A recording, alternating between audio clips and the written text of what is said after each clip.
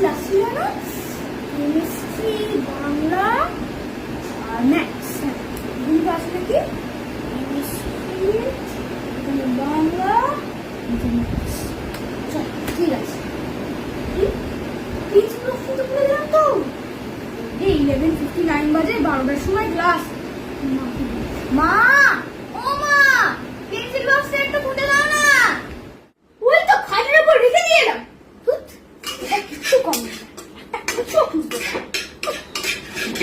pencil বক্সটা খাটের উপর আছে তো